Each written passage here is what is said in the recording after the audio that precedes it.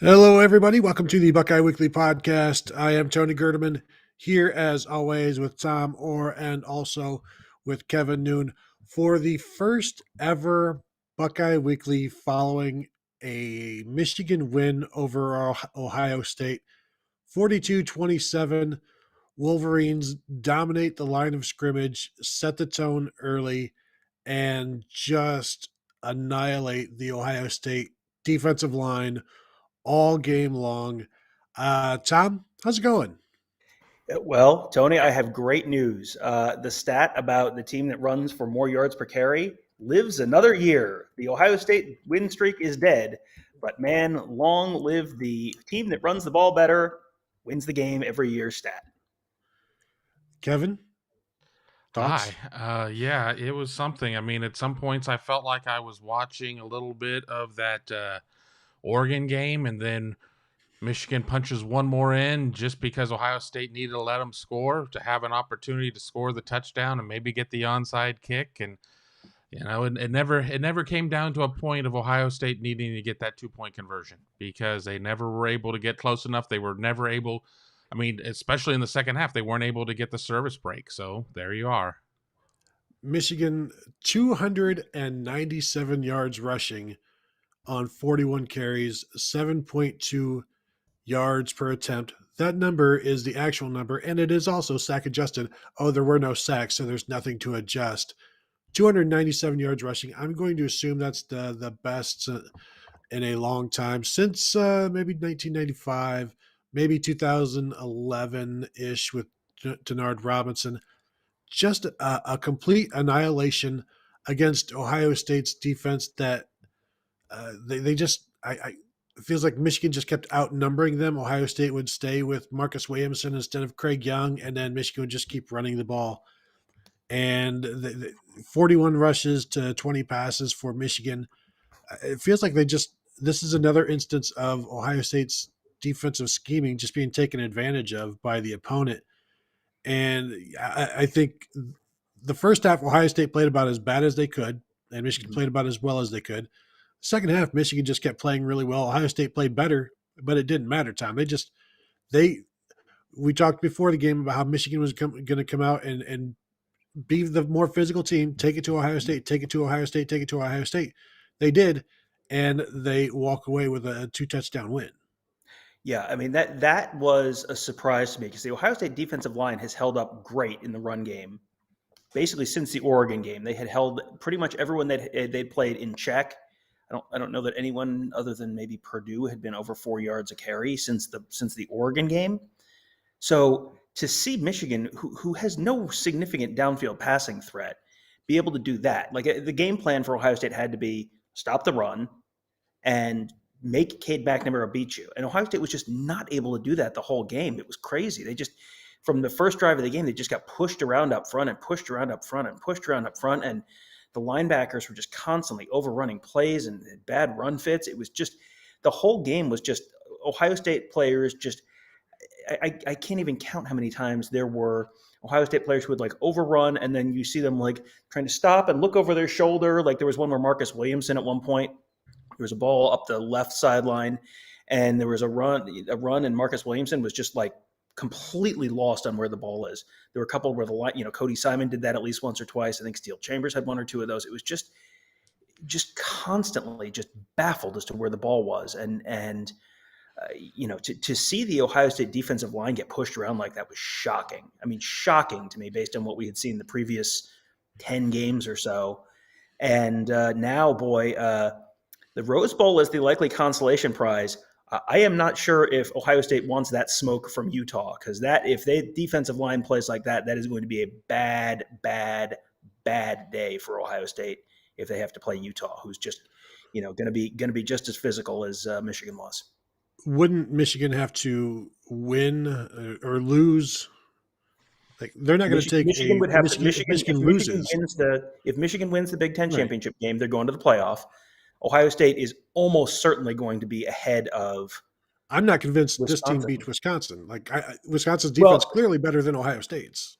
Duh. yeah, that's true, and that's a possibility. That's obviously a possibility, but technically we don't know yet whether Wisconsin is going to beat Minnesota, and theoretically it could be Iowa instead.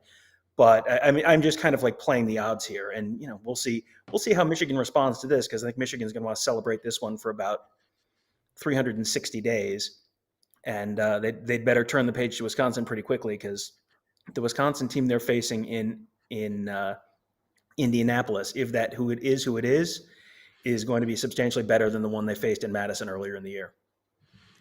Yeah, I'm looking back at the old box scores, or just old rush defense totals from Ohio State. This is the worst in over a decade, next to Maryland in 2018. Oof. Michigan in 2011 rushed for like 277. Kevin, I don't know if you've gone back or any of your stats tell you when the last time Michigan ran the ball like this, because they haven't. I can just pull up really easily since 2009, and they have not done anything close. The close was 277 in 2011. I would have never, ever thought they'd run the ball like this. And we know there were some illnesses on the team. You saw Cade Stover playing some defensive end, which gives you an idea. Tommy Eichenberg wasn't out there as much. Cody Simon looked lost quite a bit, but I don't know. Kevin, I'm pretty shocked that Michigan ran the ball like this. They threw the ball about as we expected. I didn't expect this from the running game at all.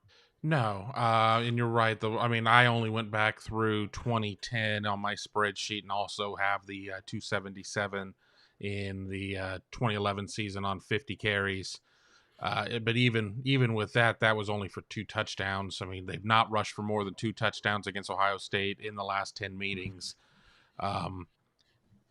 It just, I don't know how everybody else does. I mean, I'm seeing a lot of pissed off people in the chat and kind of picking and choosing what I'm going to put through. We'll let you guys have your therapy in there. I'm not sure I'm going to punch a lot of stuff through at this point while the nerve is very raw, but you kept waiting for Ohio State just to make that stop. It was going to happen. They're going to make that stop. They're going to sit there and hold Michigan to a yard or two, or maybe try a TFL on for size. Let's see what that looks like, and get it to 2nd and 12 and force Michigan, get them behind the chains. There was a little bit of that in the first half. There certainly wasn't that in the second half. Michigan went into the locker room after the little skirmish and said, they can't stop us. They just can't stop us. And we really don't need to put the ball in harm's way. We did that, and we already saw an interception, so we don't need to throw it a whole lot. And if we're going to do it, it's going to be so far underneath that it's either going to be caught or an incomplete pass, because there's not going to be a defender there. And there were a couple of moments. Denzel Burke certainly did not have his best game in terms of the times that he was tested, but ultimately this was just a whipping on the line. I mean, and Ohio State got whooped. Man, they did. CJ Stroud, I thought, played really, really, really well, because he was harassed throughout the game. 34 of 49 for 394 yards, 2 touchdowns, 69% completion percentage. The running game, though, 30 rushes, 64 yards. Take 30 of that away from sacks. Travion Henderson, 4.4 yards per carry. Mayan Williams, 2.9 yards per carry. I guess they could have run more, but if it's just going to get you 4.4 yards and 2.9 yards an attempt, you're just getting manhandled so much up front on both sides of the ball that I guess the better play was, well, if we throw it, we're at least going to get 7 yards an attempt, as opposed to, 2, and maybe you just play the odds that way. But I do think they abandoned the run, or just didn't run it as much as they could. They were getting some yards in the first half. The second half, after that first drive, and I even tweeted it, like, well, they tried to run it and they went 3 and out. So I guess that was Ryan Day saying, here, I tried. Now we're going to throw the ball. And it doesn't matter if you can't block anybody. Well, and you go back to some of the games where Ohio State struggled on offense, and we were kind of going like, you can run east-west too. You can run those jet sweeps. We didn't see a single jet sweep from Ohio State all day, as far as I can tell. And Michigan was just, packed in the box, and it was just like, well, rock. I mean, scissors and paper are options. You can run, give it on a jet sweep get wide, get one of those, get Garrett Wilson in space with the ball. Like that's a thing you can do. I would be interested, without seeing the all 22. Obviously, I don't know how often guys were open downfield. I don't know if the Michigan pass rush was just they weren't willing to try stuff downfield. But yeah, where were the shots downfield, and where was the jet sweeps to try and get it wide? Because it felt like when they went wide, they had more success than just trying to run between the tackles, because they were not getting pushed between the tackles and just kind of kept hammering at that same nail. Well, got off to such a bad start right off the bat. Julian Fleming having just another issue trying to get the kickoff, and then puts Ohio State in a bad spot with all of that. And then I don't want to sit there and give the ending for anybody who may have missed the game, but Ohio State's pre-snap penalties and everything else. I'm not saying that if Ohio State plays a little bit of a cleaner game offensively in terms of false starts and things, that we're going to be talking about a very different game. But I mean, Ohio State certainly saw some promising drives come to either ends or end with 3, and I don't know. I mean, this is going to be a tough one to rewatch because I'm going to need 2 notepads because there's a lot of stuff going on. And we'll get to the super chat real quick, but Ryan Day has said in the past that Alabama, while he's been head coach, has been the only team that has beaten them. Ohio State has beaten themselves every other game. I think Michigan beat them this time. I think they did make some mistakes, a lot of unforced errors, a lot of false starts. Credit the crowd. That was the best Michigan crowd I think I've ever heard. They were constant and consistent throughout, and that's because they were in the game the entire time, so they were engaged. But I don't think you put this one on Ohio State. Some of the first half, yeah, but overall, it's 4 quarters, and they got beat all 4 quarters. They needed to come out and set the tone in the third quarter, and they absolutely didn't. So, credit Michigan. Great job by them. The best win of Jim Harbaugh's life, other than maybe the 2007 USC game. So let's go to the super chat from Buyers Vacation Rentals LLC. Completely Ryan Day's fault for not having these boys ready. Our effort was pathetic. Also, Ryan Day's play calling is too predictable in big games. Tom, address this, and also what you thought of the field goals. Well, I don't know that. I think I kind of went through my issues with the play calling. Like you don't have to just run the ball between tackles. You can go wide with it. That's something that's worked in the past. I didn't have huge issues with the play calls for the most part. I mean, there were line issues that just were not. I mean, that line just didn't.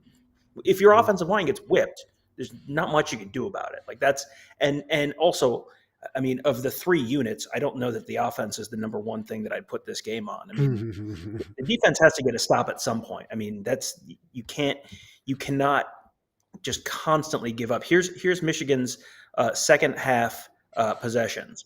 3 plays, 81 yards, touchdown. 5 plays, 78 yards, touchdown. 9 plays, 66 yards, touchdown. 5 plays, 63 yards, touchdown. And then the 2 kneel downs at the end of the game. Touchdown, touchdown, touchdown, touchdown.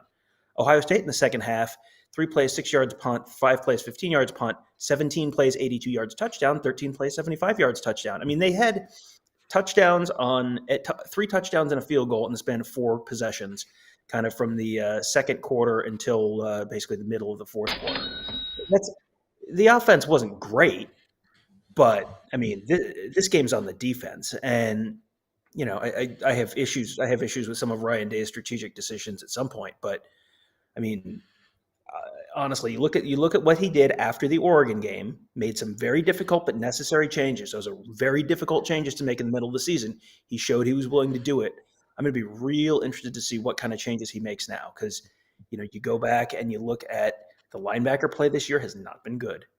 The offensive line play, he was asked about the offensive line recruiting 4 weeks ago, 5 weeks ago, and said, well, I mean, you look at the play on the field, that's what I'm concerned about. Well, look at the play on the field. Like you cannot have just parade of false starts. You cannot have a total inability to run the ball.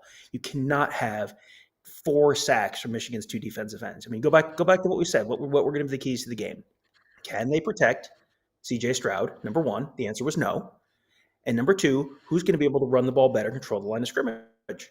And that was true on both sides of the ball. I think we came in thinking it was probably going to be Ohio State on both sides of the ball, and it was Michigan on both sides of the ball. Not even a question. It was Michigan on both sides of the ball. And there are some tough questions to be asked. And I'm absolutely not saying Larry Johnson needs to go. Larry Johnson, I think, is doing a pretty good job. And sometimes you're going to get beat, and that's okay. But there have been consistent issues with a couple position groups, and that's just something where Ryan Day is going to have to make some tough choices now. And I think he deserves the benefit of the doubt. He's shown he's willing to do that. So, now he's going to have an opportunity to do that. He's got some time off before the next game now. This is going to be weird. An extra week to recruit, if you will. Kevin, I'll let you get to super chat in a sec. I wanted to see DeJuan Jones got benched. And so then you have Nick Petit-Frere go from left tackle to right tackle. Thayer Munford go to left tackle. Got blown up once by Aiden Hutchinson. This is not an easy thing. This is not a natural thing. This is not a normal thing that your offensive line should be doing in the midst of battle. And it was I see Ryan Day talking on the TV right now, not looking too happy as you would expect. But Tom, you sort of touched on it. Let's get to the super chat from German Drummer 13. Initial thoughts on defensive changes in the offseason. Surely something needs to change. The defense gave up on the last TD play. That was a called play to give up on that play. You don't. Hard to stomach. Yes. Kevin, I'll let you go, and then I'll on that last play, that last touchdown, you absolutely let them score, because if not, they bleed the clock out. Even if you burn your timeouts there, they kick the field goal, and it's still a 2-possession game at that point, and you're toast. So you let them score, and then you hope that you march down the field quickly, get a touchdown, and then get the onside kick at that point. So that's not a quit or give up. That's that is a play that happens there. As for defensive changes, we were just sitting here talking on a show a few days ago about, well, what do we see in terms of Matt Barnes? What do we see in terms of Kerry Combs? I think that the Kerry Combs recruiting aspect certainly is huge. I mean, of what he's been able to do in terms of recruiting. And I think some of the problems that we see now are a result of not being able to recruit well in the secondary, and they just maybe a lack of depth that they have out there, because it honestly was, okay, well, we're playing Cam Brown and we're playing Denzel Burke. And I mean, as they should, those are their best corners at that point. But we certainly see all sorts of depth issues at safety, even though Bryson Shaw stepped up and had a huge interception early in the game. And I know that our super chats are backing up. So, what happens there? I mean, I don't sit there and put kids in the transfer portal before they put themselves out there. I'm not one to really jump too much in terms of coaches, because I have to work with these guys. But do they look at an Al Washington? Do they look at a Matt Barnes? I mean, they certainly made an interesting decision by having a special teams coordinator. And that's not to sit there and say, sorry, Parker, you're gone, because we need another coach. But they might need another coach on the defensive side of the ball as well in terms of numbers. Well, go ahead, Tom. Yeah, I mean, Ohio State, when Greg Madison retired, they had 5 coaches on the offensive side of the ball, plus a head coach who is an offensive-minded coach. And then they only got 4 on the defensive side of the ball: Barnes, Combs, Johnson, and Al Washington. And they brought in a special teams coach because Dave felt very strongly that Parker Fleming was an up-and-coming mind, really wanted to make sure he could keep him on the staff. And that was something at the time people kind of wondered, like, on the offensive side of the ball, you got Day, you got Hartline, you got Alford, you've got Wilson, you've got Stud, you've got Corey Dennis. That's 6 guys. You get 6 guys on the offensive side of the ball, 4 on defense, 1 on special teams. And an offensive head coach. Right. Well, I'm including Day in that number. Oh, I'm sorry. Okay. Yeah. So and so you've got 6 on one side, 4 on the other, and 1 who's kind of on special teams. And that was something that people raised at the time, as like, that seems a little imbalanced. And an offensive head coach is always going to lean a little more towards the offense, and a defensive head coach is always going to lean a little bit more towards the defense. But that just kind of the special teams were pretty good this year. I mean, they had some kickoff returns turned into a circus today, but other than that, their special teams were pretty good this year. But it just seems like if you're going to sacrifice something, Ryan Day can go be your quarterback coach, or you can have, Parker Fleming can go be the offensive coordinator at Akron or something, and bring in another defensive coach. Because it just seems like you've got to have someone else on that side of the ball, because It was consistently an issue all year. It doesn't feel like they think it's a personnel issue for the most part. Their personnel's not perfect, but it doesn't feel like they think it's totally a personnel issue on that side of the ball. It just feels like you've got to shake some stuff up. You got to make a couple changes because there are certain spots where there just have been consistent issues, and at some point you've got to kind of acknowledge the issues and do something about it. And Day has been very good about doing that in the past, and I would expect that he will be again in this case. I still don't know where the extra defensive coach go.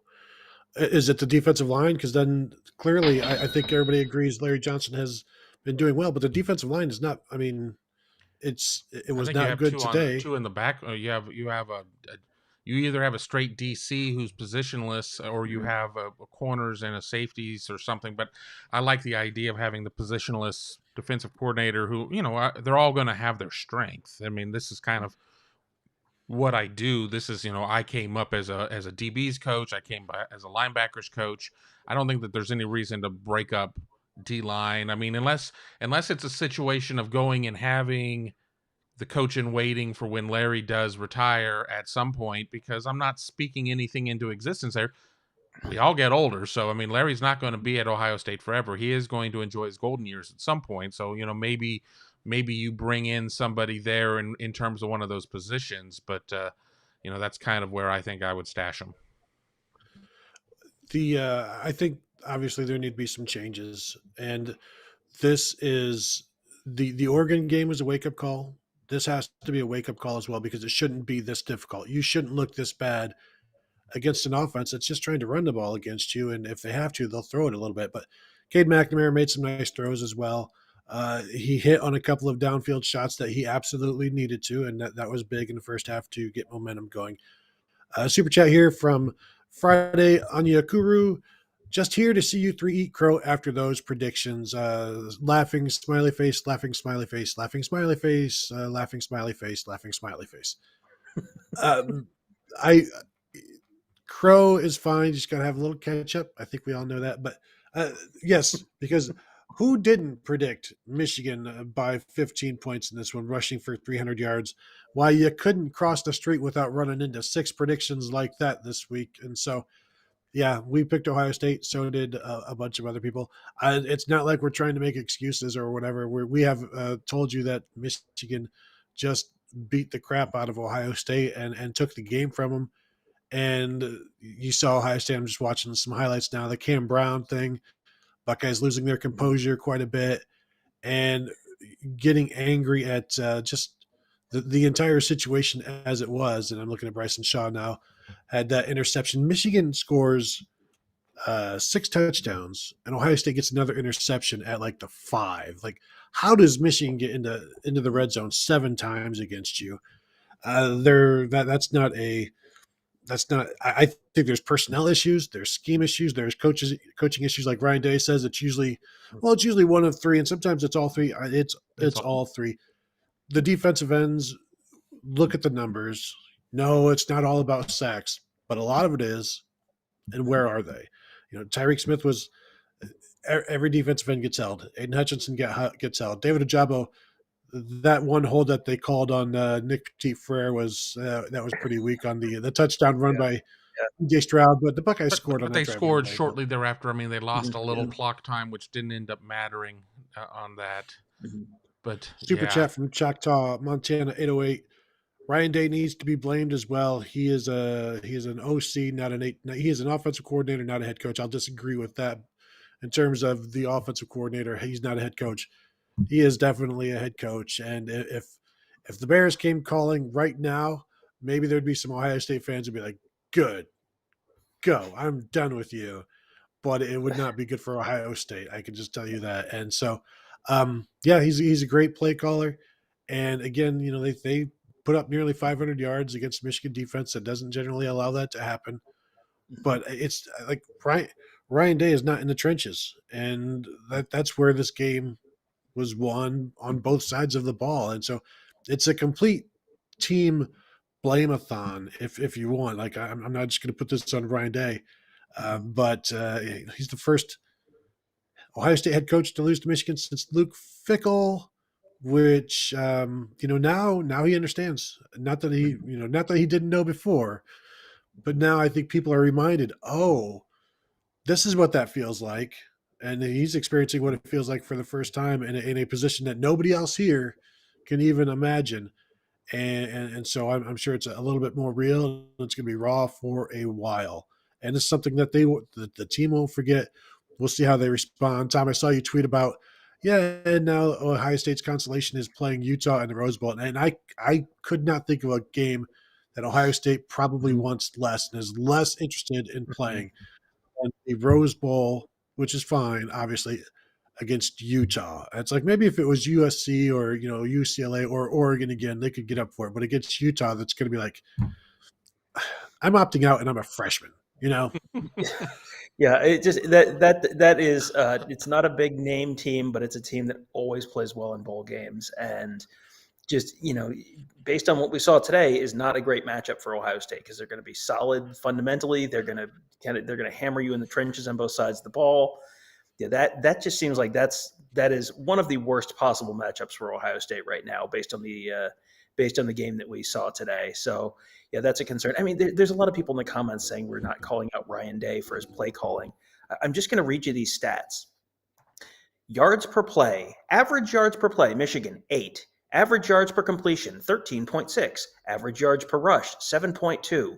Like, the offense wasn't great, but the offense was okay. They did not lose that game because of defense, because of offense. They did not lose that game because of play calling. They lost that game because they got their butts whipped in the trenches on both sides of the ball.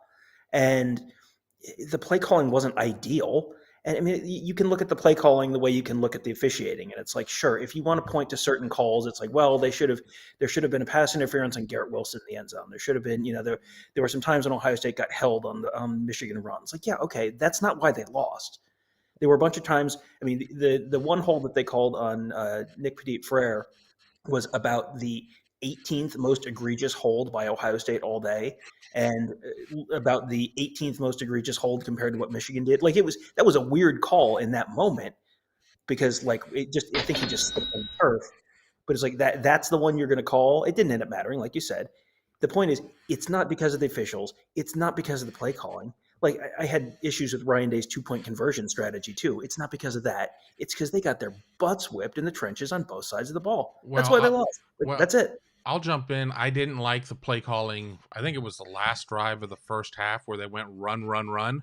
That was the first drive of the third quarter. It was the first drive of the third quarter. I did. Yeah, they were right. That's where it was. I did not like that at all. I mean, and I know, and even on the Ask the Insiders board, I had said earlier, don't abandon the run. But with that being said, I mean, we kind of seen what we read the Cliff's notes of what this story was going to be like. So at that point, I didn't like that. There certainly was a mistimed run. I think it was like on a 3rd and 6 in the red zone that I did. I was like, why are you doing that? But no, you can't put it solely on there. But the head coach is always going to get too much credit for the win, and but sometimes he doesn't get enough on the loss. And I think a lot of this has to be firmly at his feet. I mean, and that's not. This isn't Jimmy Crum coming out and calling for John Cooper's job. No, absolutely not. But with that, Ryan Day did not have one of his better games strategically. And we'll get to some super chats. I just wanted to mention this comment from Cam Rowan T. You guys haven't seen nothing yet. This is terrible. Rhonda needs to go. Michigan should never have been Ohio State. That's Ronda Rousey? Siri. Post big bad. Yeah. Super chat from Rick Reese. Zach Harrison is not an NFL ready. I mean, the Ohio State defensive line just didn't look. None of those guys looked NFL ready today. I mean, that was a bad performance. They got whipped up front, and some of that is scheme, but there's just a certain lack of production up front. I mean, you go through the Ohio State, 0 tackles for loss, 0 sacks. I mean, that's real bad. Zach Harrison had 1 pass breakup that was he dropped into a zone and looked like he got almost picked it off. That was potentially a real game changing play early in the third quarter. Didn't happen. But yeah, he was real quiet. I mean, JT Tuimoloau was the only defensive end I remember really making plays. He had a couple tackles back to back, I think, kind of in the third quarter at one point.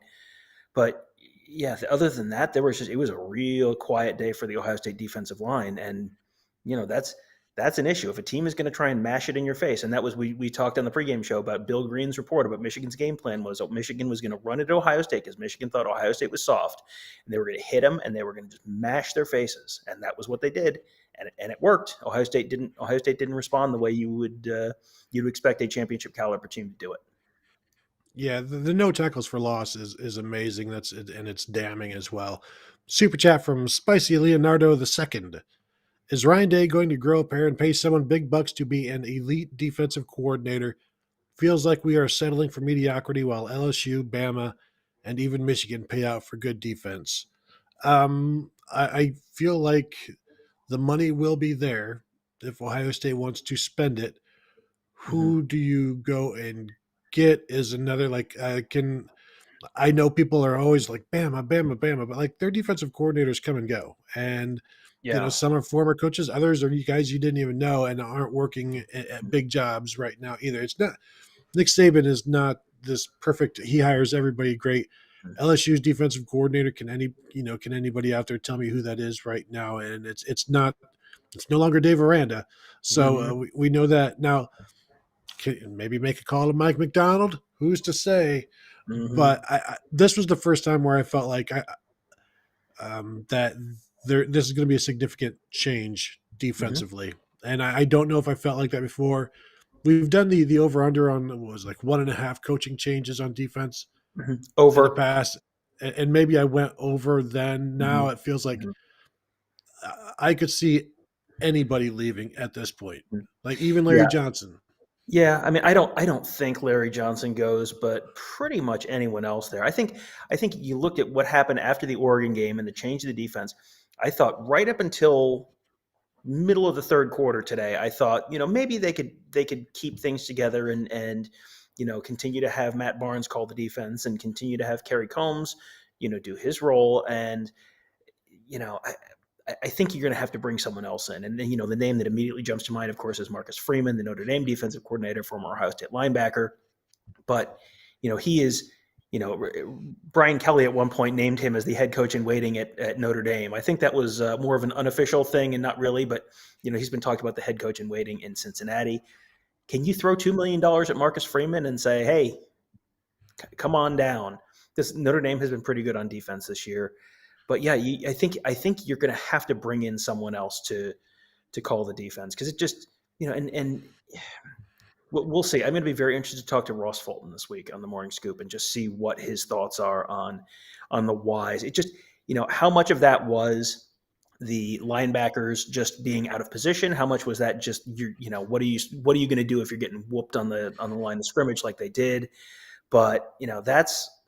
It wasn't great. It really wasn't great, and it didn't feel like they had a real counterpunch. And is there a counterpunch? I mean, this is kind of the conversation we're having on the offense too. If you can't pass block, what's the counterpunch on offense? If you can't stop the run, even when you're dedicating a lot of resources stopping the run, like at some point it's on the players too. But it doesn't feel like the current setup is going to be a viable long-term solution. And just when we talk about other DCs, if that's where they go, I mean, remember where Ryan Day's roots are. I mean, he certainly has roots in the NFL, so there could be names that we're not talking about there. Obviously, Mike McDonald came out of the NFL. So, we like to retread the same 15, 20 names out there. I know that I've heard Marcus Freeman thrown out there a bunch by fans, but he's seriously ready to take over his own program here very, very soon. And maybe it's not going to be a step right into a major job, but he's going to get his own program. You can only coach from year to year. So, okay, if we get him for a year here at Ohio State, then you figure it out a year after that. But then you're constantly going through that churn. So maybe find somebody you can get a couple years out of. Because let's not forget, Jeff Hafley probably in the mind of Ryan Day when he hired him was probably still be here at this point, or just getting ready to emerge to his first head coaching job at that point. Then you have a guy that just excels and is gone after a year, and then the world starts turning out of control. Well, I know I'm seeing in the chat like no way Larry Johnson's going anywhere. Larry Johnson's a 4-down lineman coach. If Ryan Day wants to change things and wants to go to a 3-4 or 3-3-5 or 3 whatever, that's not what Larry Johnson does. Can he do it? Old dog, new tricks. I mean, yes, I'm sure he can. Would he want to? I don't know. We know he loves being around and recruiting, and you kind of want to see things through that you've worked and that you've recruited guys to bring in. But I think right now defensively, linebackers, the linebacker room to lose 2 guys midseason just to quitting is Mm-hmm. that's a culture issue to me. That's like how did you allow this? How does the coach allow this to happen? Why weren't you able to keep this from happening? Should you have played more guys? They never got as good as they needed to be, and they still haven't. Cody Simon was not good out there. Had his back to the ball. How many times did we see that? Mm-hmm. No, he's not healthy. A lot of these guys aren't healthy. Clearly, Tommy Eichenberg wasn't healthy. I mean, he didn't play hardly at all. I don't know if he was one of the kids with the flu this week, and so it's and when you have no Sams, like, and so Yeah. we're so far away from the Alabama game where Ohio State was forced into playing stuff because they didn't they had too many linebackers. They didn't have enough defensive backs. Now they didn't have enough linebackers to actually play a Sam linebacker. And I thought Craig Young should have played more than Marcus Williamson and been out there to help them out. And we really need to get to these super chats. I understand. So let's get to this one from Chris Hops. The streak was going to end when we stopped believing we could lose. I love Day, run, play, defense, discipline, playing 4 tackles, less defensive coaches. Kevin, your thoughts? Yeah, there's a lot of stuff to unpack there as you throw that one at me. Yeah, I don't agree with Chris about Ryan Day. I mean, I don't think that people should be losing a lot of faith in Ryan Day just because they lost a couple of games. Certainly, they can't go and defend the Big Ten title. I mean, their CFP chase is over. We're going to talk after this if we're going to do a Tuesday show or not. I mean, there's a lot of stuff changes now at this point, but. I'll go to the first point that the streak is going to end when we stop believing we could lose. I certainly bought into that this Ohio State team, this 2021 team was pretty invulnerable to Big Ten opponents. And I completely overshot my mark. And to get back to the earlier super chat, here's my crow, no ketchup with mustard. I didn't believe that Michigan would be able to run with that kind of success. I thought Michigan might run for a couple scores. About $130. Ohio State would get to the point of where Michigan would have to try and do some stuff with the throw game, and I would have liked Ohio State's chances, stopping Michigan in the throw game with a lot of underneath stuff. But even with that, we would have seen some issues with just where the linebackers were. I mean, just not necessarily knowing that Tommy Eichenberg wasn't going to play a lot. We certainly have seen what we've seen. I mean, Steel Chambers played very well. Steel Chambers certainly had Michigan's attention because Steel Chambers was held a lot in that game. But, it is what it is. You just kind of roll with the punches. But, I think that there is something about the mentality of it. And maybe you do go in a little fat and happy and you hear that, oh, we're number 2. And, if the right things happen, we're going to be in Dallas and, one in this. And we could sit there and get this favorable matchup. Well, now you're looking at a very unfavorable matchup with Utah, a team that you're still supremely more talented than, but they're going to want to be there, and you're probably not. Mm-hmm. Let's hit the next super chat from FDR is great. Buckeyes are a soft finesse team like Oregon back in the 2000s. Day and staff don't preach physicality in the trenches. Barnes or Combs, who's gone?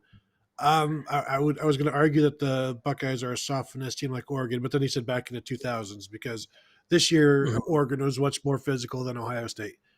Mm-hmm. Today, Michigan is much more physical than Ohio State, and it's I don't think Ohio State is a soft finesse team, but then it goes to does having 4 offensive tackles in the offensive line on the offensive line, does that play into it? Because or are we just is this confirmation bias in terms of they're tackles? But again, is it soft or are you just getting beaten. You can be beaten without being soft, and I'm reticent to call any of these guys soft because of the work that they put in. I don't think you can be soft and put the amount of work in. You can be finesse, and that's a term that certainly nobody at Ohio State would like. They like to throw the ball, but you can be physical throwing the ball as well. Day and staff don't preach physicality in the trenches. I would disagree with that. I think they just Mhm. don't rely on it as much as other teams, at least offensively. Day allows the defense to do what they want in terms of he leaves them alone. So if those coaches aren't preaching physicality, I don't know that that's on Day. And I'm not trying to say like Day is blameless in all of this. I just don't know that he gets like I don't necessarily agree with the hypothesis here. And Barnes or Combs, who is gone? I, Day loves Barnes. Day loves Combs' recruiting. I don't know that either of them have to go. I think the guy who goes could be Al Washington, maybe, because of all of the position groups, like who was the most disappointing this year, and is that the easiest guy to target? And for me, that's linebacker. Can you find somebody who coaches linebackers and can also be your DC? I think we've seen that Matt Barnes does not have an ego, so he would freely, maybe not freely, but he. I don't know that he needs a co-DC title or anything like that. We'll see what Kerry Combs thinks. He may want to, like, this may have been uh, his plan may have been to leave all along after having his Mhm. his duties removed. So that one may take care of itself. Anybody have any thoughts on that? Well, I don't. I think Al Washington is the one who is most likely to probably be out the door. I mean, he was in line for potentially the Tennessee defensive coordinator job last year. So he is looking to be upwardly mobile. That was part of that conversation. I do wonder. Barnes. He's not. I don't think they've actually technically changed his title yet. I don't think they've given him a pay bump yet. So I don't know that you're going to get a pay bump at this point because that was that you can't do that if you want to be an Ohio State assistant. Like that's Yeah. it comes with a nice office and a lot of money, but you got to perform, and they didn't perform. Like that's sorry, welcome to the big leagues. Um, I I feel like I would, if Kerry Combs wants to stay, I think Ryan Day is going to let him stay. There's no Kerry Combs is not getting within 500 yards of the defensive play calling next year. But if they bring in so I would say Barnes is maybe more likely to go than Combs, but I think Barnes is probably welcome to come back if he wants to, but he's probably not going to be the play caller next year. I think they're going to bring in, I mean, and the other question there's Parker Fleming. Does Parker Fleming go somewhere else? Then they don't fill the special teams position and they bring in just a defensive coordinator who's just doing that. Because I think asking someone to be the DC and also coach the linebackers is probably a lot. Yeah. So I think you're going to see. I think instead of over under 1.5 defensive coaching changes, I think maybe I'm thinking now over under 2.5 defensive coaching changes. And I don't know the answer there, but I think that's probably more likely where that staff shakeup starts to happen. I'll jump in before we get to Spicy's super chat, his second super chat. Thank you, Spicy. I think that not something I thought I'd be saying today. I tend to think Al Washington probably moves on. I tend to think that Matt Barnes probably moves on, and I think it's just going to be more of a maybe just getting a fresh start somewhere else type of situation. I don't think he's going to be quote unquote shown the door or anything like that, but I think that it's a case of where if it's a Combs or it's a Barnes thing, and you've got guys like Branch and Wonkba on the line, there's something to be said about recruiting, and it brings up a further question that I'm sure we'll have plenty of time to talk about in future shows. What is more prevalent here? Is it a case of bad scheme? Is it a case of not having the Jimmies and Joes to get things done? You're bringing in potentially, and I know Branch or Nwakpa, they're not committed, they're not signed, so they're recruitable athletes at this point. You don't know what they're going to be doing, but you certainly saw a situation when Josh Proctor got hurt. Ohio State became very thin at safety. They just weren't ever able to really get that type of athlete into that position. And if you bring some more guys in, do fortunes change? But if I were to go off a 2.5 that Tom just set there, I still might take the over. I really think that we're going to see some shuffling of chairs, and this isn't going to be Mark D'Antonio. Okay, everybody switch, and they just take different roles on the team, and there's nobody leaving. I think we're going to see some movement in terms of new coaches coming. Maybe it's time to call up Chris Ash one more time. Say, hey, come fix our defense like you did in 2014.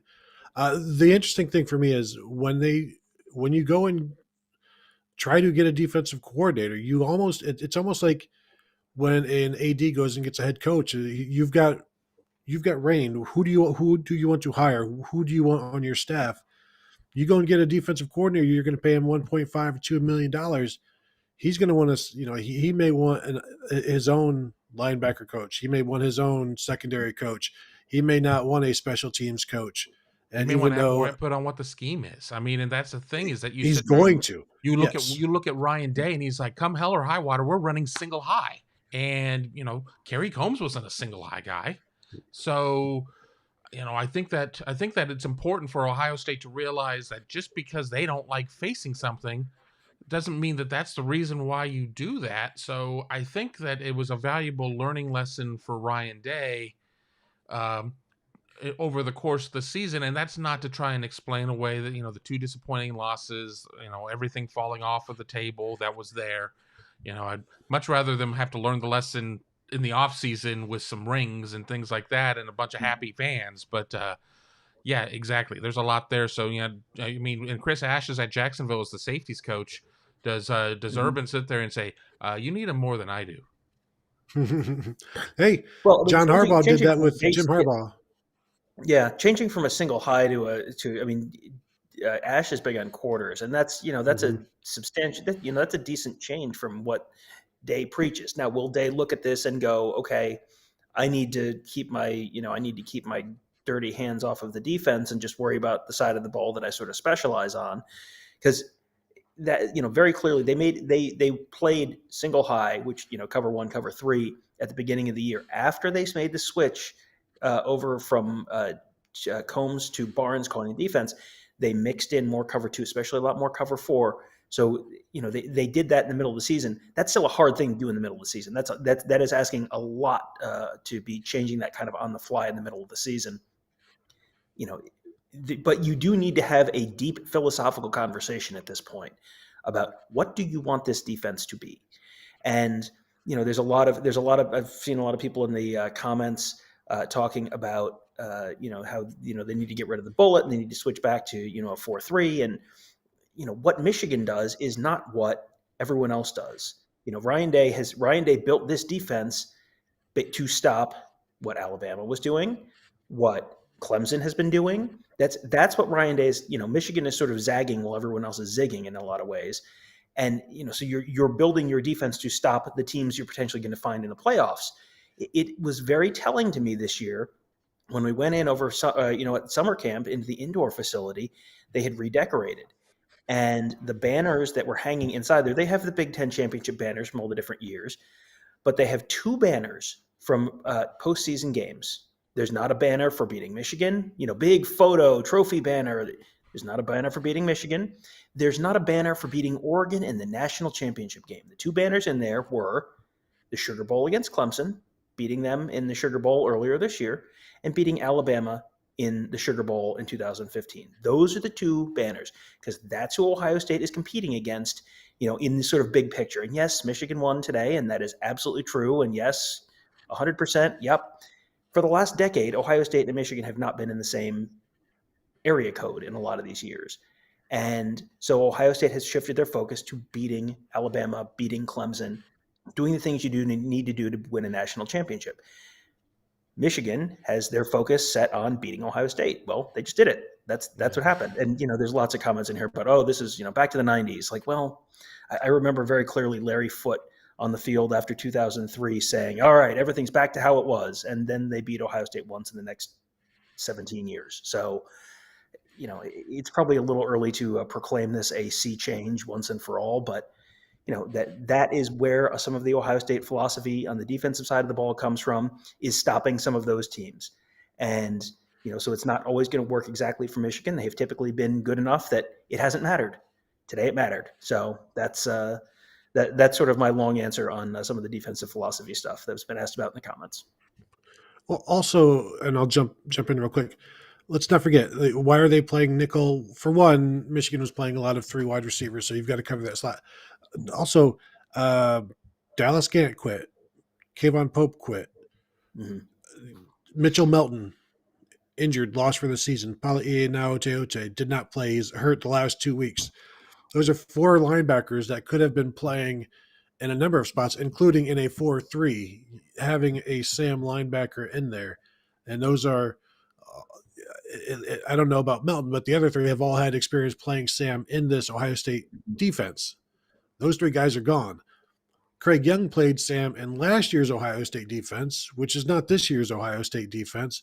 I still think he should have been out there more, and there should have been more in the box, but whatever. They got outnumbered, and Michigan took advantage of them every step of the way, which again goes back to me my thoughts on it. It's scheme. It's also lack of personnel, and there's some coaching there. I think Oregon, I can blame that all on scheme. I think that's it's kind of a fake loss in that sense. When you just don't have guys on the right side of the field, that's good job, good effort. You failed. This, I think it's top down every single category. There was a failure. Credit Michigan for exposing those failures. Spicy Leonardo, super chat. Sorry for taking so long. I respect our D-line seniors for what they did, but the D-line guys need to graduate or get benched. No pressure all year with 4 rushing. Kevin, he says it in a much harsher way than I would, but I don't know that it lacks any truth or any honesty. And like Zach Harrison, he may not be ready, or he may not be NFL ready. If he's back, he needs to be more productive. Javante Jean-Baptiste has been essentially the same guy for a while now. Like, how do you get better if it's the same guys again next year? Because they could all return. Tyreek Smith, I think, walked on senior day, but is it time for a change on the defensive line? I mean, I think you certainly need to throw it all out there and say, hey, the best guys are going to see the most snaps. I think that Ohio State, Larry Johnson's done a lot of great things. Larry Johnson's a great man. I enjoy talking to him at camps and things of that nature. But, there are times where I did kind of struggle with everybody getting 30, 31 snaps and not riding the hot hands out there. There's something to be said for that. So, but, I don't know if you roll out a line that is Jack Sawyer, JT Tuimoloau, Tyleik Williams, and somebody else that magically everything is solved. I mean, I think it's a case of, everybody just has to play better. Everybody has to do better. And there are times that I've seen, I saw all the way back to Jim Tressel, of where, if you were an underclassman, not only did you have to be equal to the upperclassman, you had to be significantly better to surpass him. And it is tough because you do worry about how, if you're going to lose your locker room, if you sit there and you kind of go over too many elder statesmen, not everybody's going to handle it as gracefully and as tactfully as Master Teague did. So, and that's not sitting there saying that, well, I know for a fact this guy's not going to do it or that guy's not going to do it. But it does create some ripples in there. So you bring in a player and you may only get them for 3 years and you may have them for 5 years, and you have to figure out what happens if you have them for 5 years and things aren't necessarily working out and you can't necessarily get him to sprout wings and leave the nest. Like trying to push the 27-year-old child out of the house. It's like, why don't you go and make some friends? Let's talk about this super chat from Philip Pulio. I'll be taking it like a man at work on Monday from a Michigan coworker, but to be honest, part of me is a little glad it's a rivalry again. And I wonder, maybe you don't feel that way right now, everybody out there, but it's a little bit more real now for a lot of people than I think it was before. It's not a tradition to celebrate a win over Michigan every year. It is a privilege. It is an honor. It is not something that is your birthright, as I wrote on Friday. Like, this stuff isn't just, oh, it comes up with the sun and it goes down. Like, it's not every day. It's not something that is just going to happen, as we saw on today. Like, hey, it's not unthinkable for Michigan to win, because we've all seen many Michigan wins in our lifetime. We can tell you that they're there, and so have so many people listening. I do know this was the first experience for a lot of people who follow Ohio State, who love Ohio State, and who swear by Ohio State, and who love the rivalry. This is their first real experience losing in it, and it's going to last for a while. It's going to last for a year. It's going to last longer than that because of what it cost Ohio State this year. It cost them very possibly, and even to make the cut deeper, it cost them a spot in the playoffs, in the most favorable playoffs Ohio State has faced since they've been a thing. This was going to be a very possible national title season for Ohio State. And that's what my experiences of losing to Michigan has, back in college, 95 and 96 and 97, where there's more than just a loss there. It's your season is lost, and it's going to stay lost for a year. And so it's very real to a lot more people now. And while losing this game is always a bad thing, obviously, for Ohio State, having a reminder that this can happen. I'm not one of those people, Tom, that says, Michigan needs to win so that it can be a rivalry again. I don't believe that. It stays a rivalry. But now there are more people invested in a different way than there were before the game. Yeah, and that's, it feels like there's a whole generation of Ohio State fans who literally don't remember what it's like to lose a game to Michigan and have to stew over that for a year.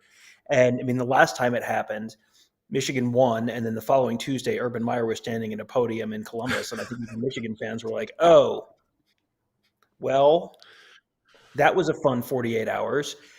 The question now is, what does Ohio State do to respond? And as everyone's saying how they wish they had Alabama's coaching staff, Auburn 0, Alabama 0, second quarter, Auburn just got the ball back, and this is a far worse Auburn team than Ohio State had to play, and the weather looks completely fine, and I'm not aware of any flu issues on Alabama's team. I mean, like, this is a weird season, and this was a season where I think Ohio State, had they won and then they beat Wisconsin, I think that's a team that probably does pretty well in the playoffs, and at least gives, you're probably back in the national championship game at that point, especially if Alabama loses to Georgia. Like, is it Cincinnati and Oklahoma State after that? Like, those are on a fast neutral track. That seems like that's probably a pretty good matchup, either of those, for Ohio State. But yeah, I mean, you gotta handle the ones in front of you, and they didn't handle the one in front of them. And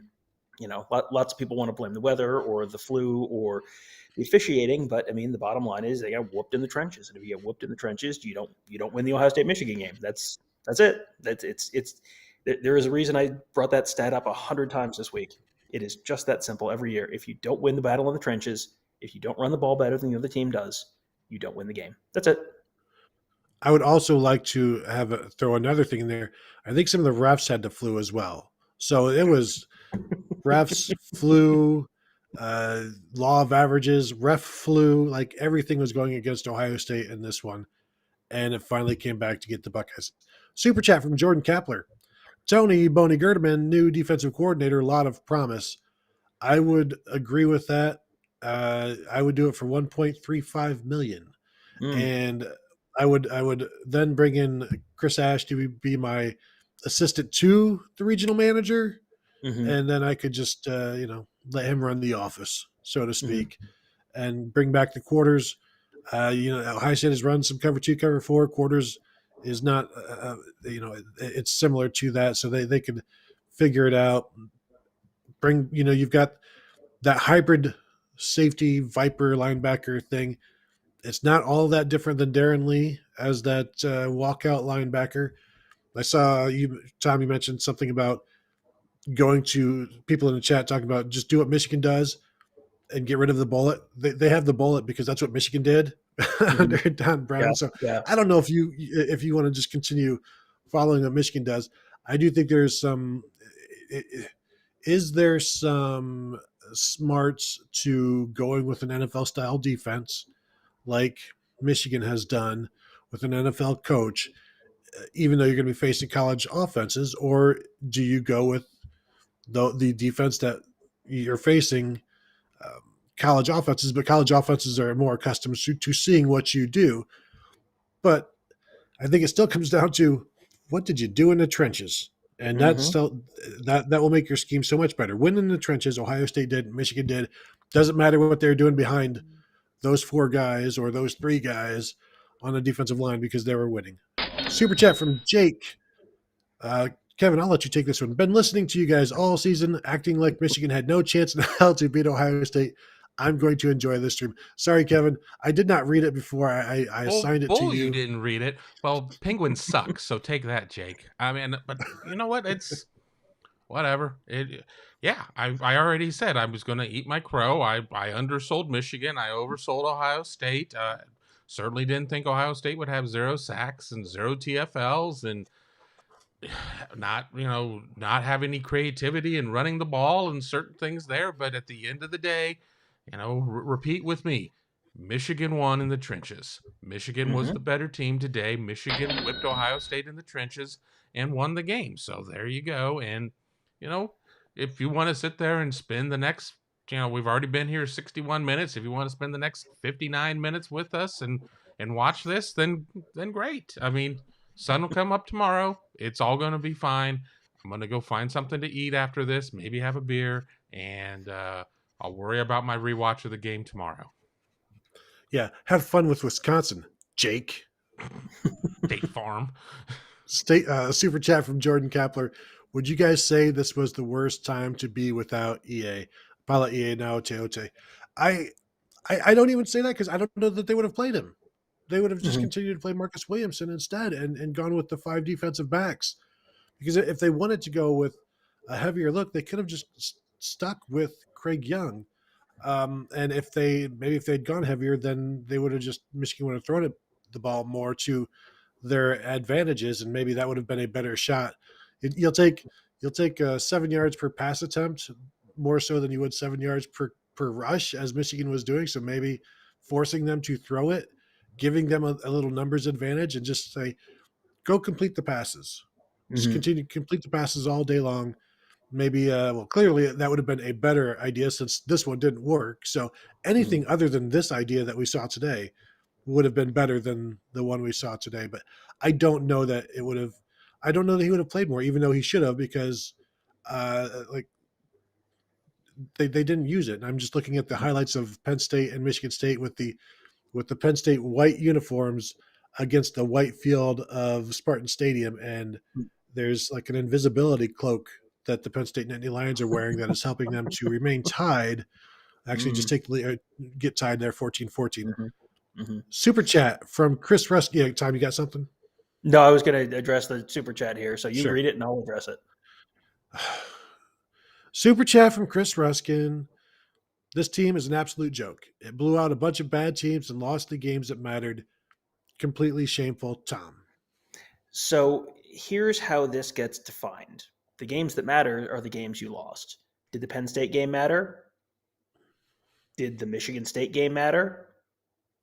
I mean, did the Purdue game matter? I mean, if you lose those games, they matter. If you don't lose those games, then they don't matter. I mean, if you want to argue that the Michigan game is the only game that matters, and that's something that you will hear a lot of Ohio State fans argue, like, okay, that's fine.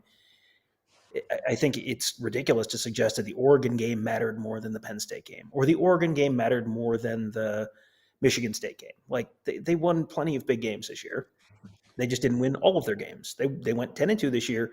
They beat some good teams, and then they lost to some good teams. And there's been a lot of or this would never happen under Urban. Yeah, okay, so they would have beaten Michigan, but then they would have lost by 32 points at Nebraska for some stupid reason. Like everyone wants to crown Urban Meyer like he's this unfailing football genius, and it's like, man, I was in Iowa City in 2019. I was in West Lafayette in 2018. Like Urban Meyer was a very good coach, but Urban Meyer was not perfect. And when Urban Meyer's teams, kind of got bopped on the nose, they would just stagger around, like crash through windows and then fall down an elevator shaft. Like, you haven't seen that from Ryan Day. Ryan Day has lost to Clemson in a very, very, very close game. Ryan Day has lost to Alabama when his team got to practice full contact once in the previous 2 weeks and was missing a bunch of players, and Alabama was full strength. They lost week 2 to Oregon, which, that's a game they should not have lost. But then they made the changes, and then they sorted some stuff out, and he's lost this one. Every single game Ryan Day has lost has been to a top 5 team. That's and Oregon's not top 5 now, but okay, so it's a top 10 team. Ryan Day is not losing to just absolutely garbage Purdue teams or absolutely garbage Iowa teams. When you play good teams, sometimes you're going to lose. That is a thing that happens when you sometimes play good teams. You're not going to win 100% of your games.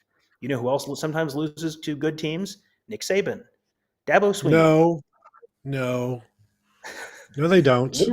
Literally every coach ever.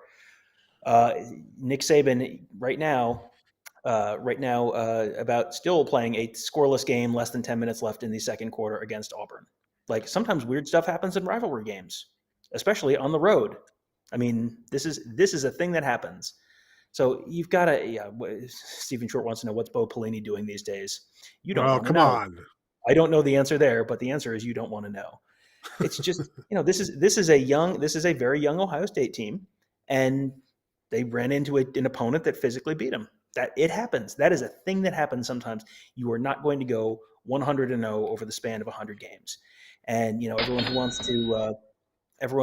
to steal Alabama's coordinators, search Twitter for Bill O'Brien right now, and then search Twitter for Pete Golding as soon as Alabama gives up its first points of the game. Like, Alabama fans think their defensive and offensive coordinators are hot garbage too. So yeah, check out Message Board Geniuses on Twitter, and I mean, 'cause they notate every meltdown, and Ohio State's been front and center today. But I've seen plenty of Alabama ones. I've seen, they've highlighted some fire Sabans. So you're gonna have that, and another drop by Mechie for Alabama right now as we are about 9:20 left in the second.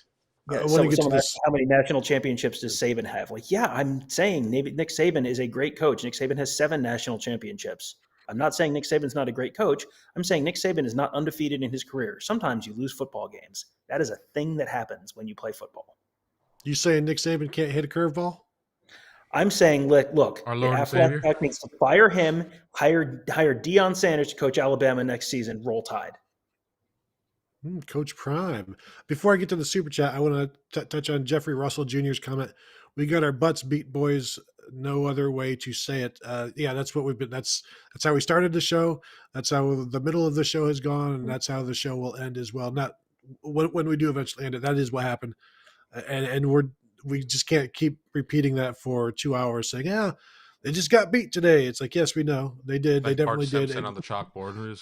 Yes, exactly. They got beat up front all game long. But we are also talking about some other things and why this and why that. Super chat from Mike Farino. Stroud does not have big game nerves. I hope viewers get some meaningful snaps in the bowl game so we can see if he does. Kevin. I mean, I understand. I'll play the game. If you're not competing for the national championship, it's a glorified exhibition. But it is the Rose Bowl. If that's where they end up, and there is something special about it, and we're a generation removed for that being the ultimate goal. I'm just, I'm really trying not to get caught in the viewers trap, and Boney Tony over there trying to throw me in the midst of that one. I don't know why. I mean, okay. I would rather see what Kyle McCord could do there if I'm going to be splitting up snaps. But honestly, if I'm an Ohio State fan, I'd like my guy who's going to be my starter in 2022 to get as many snaps as possible. Maybe you sit there and find a way to get some more stuff for the Flemings and Marvin Harrisons Juniors of the world that are going to be the guys that are going to be there next year. But you also don't send off guys like Olave and Garrett Wilson, who have been fantastic all along, by saying, you guys are so good for us, we're going to ice you out. So I understand what Mike's saying. I can't say I necessarily agree, but it's not an impassioned, you're wrong. I mean, I'm not, no, but I don't agree. I just came to the realization that this may have been the last time we see Chris Olave and Garrett Wilson in an Ohio State Yeah. uniform, Yeah. and that's something. I would not be surprised if that is all we see from them now that the playoffs are no longer a thing, and it's okay for guys to just skip bowl games right now. I also wanted to address the super chat because the one person I do not have any issues with in this game is CJ Stroud. 34 of 49, 394 yards, 2 touchdowns, completed 69% of his passes. Like big game nervous. I mean, he was pressured almost every single time he dropped back and still completed nearly 70% of his passes. So I reject the premise. Do appreciate the question as always, but Hold on a second. Jamison Williams is going to get thrown out of this game for targeting. Yes, he is.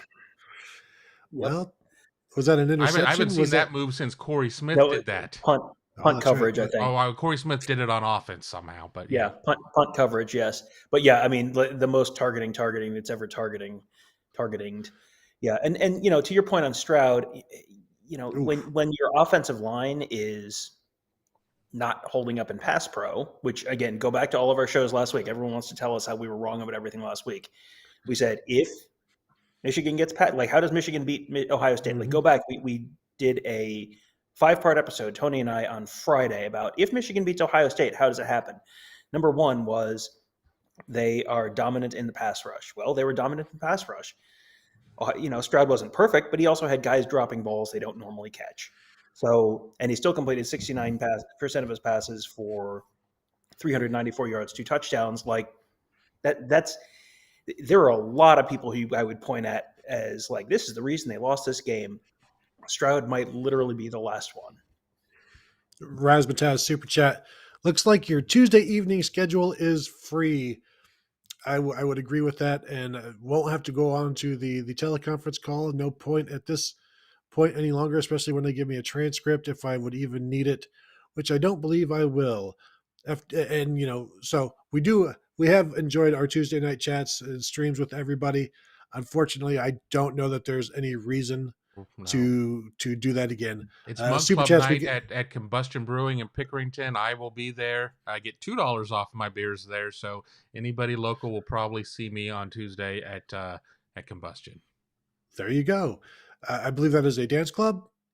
It is not. You guys are not ready for all this smoke right here. No, you got that right. FDR is great super chat.